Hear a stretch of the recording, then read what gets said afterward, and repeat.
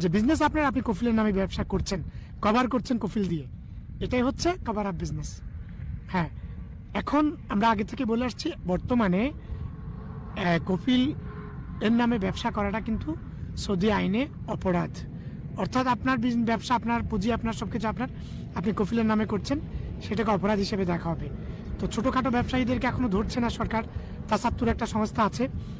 Video শুরুতে skip দেখতে পাচ্ছেন। ছোট্ট একটা রিলস ভিডিওর ভিতরে প্রিয় ভাইয়ের কথাগুলো হয়তো তুলে ধরা সম্ভব হচ্ছে না, তবুও আমি আপনাকে ছোট্ট আকারে বলে দিচ্ছি। ভিডিওটা সবাই শেয়ার দিবেন। যারা কফিলের আন্ডারে বর্তমানে বিজনেস করছেন, ইতিমধ্যে সৌদি সরকারের নতুন আইন ফাঁস হচ্ছে। সৌদি সরকারের ঘোষণা অনুযায়ী আমরা যতটুকু জানতে পারছি, অথবা তার মুখ থেকে আমরা যতটুকু বুঝতে পারছি, হয়তো এই আইনটি নতুন ফাঁস হচ্ছে। সৌদি আরবে যারা বিজনেস করছেন কফিলের আন্ডারে, যদি করেই থাকেন, কফিলকে আপনি বাতিল করে নিজের নামে ব্যবসা করার চেষ্টা করুন। ইনভেস্টের মাধ্যমে সৌদি সরকার দারুণ সুযোগ সুবিধা দিচ্ছে।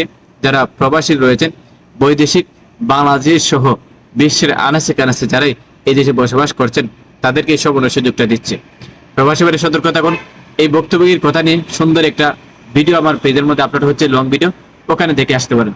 সম্পূর্ণ বিস্তারিত তুলে ধরছি, তিনি কিভাবে বর্তমানে প্রায় লক্ষ লক্ষ টাকা জরিমানা মামলা খেয়েছেন। ভিডিওটা সবাই ছেড়ে দেন। প্রবাসী ভাইরা সতর্ক থাকুন।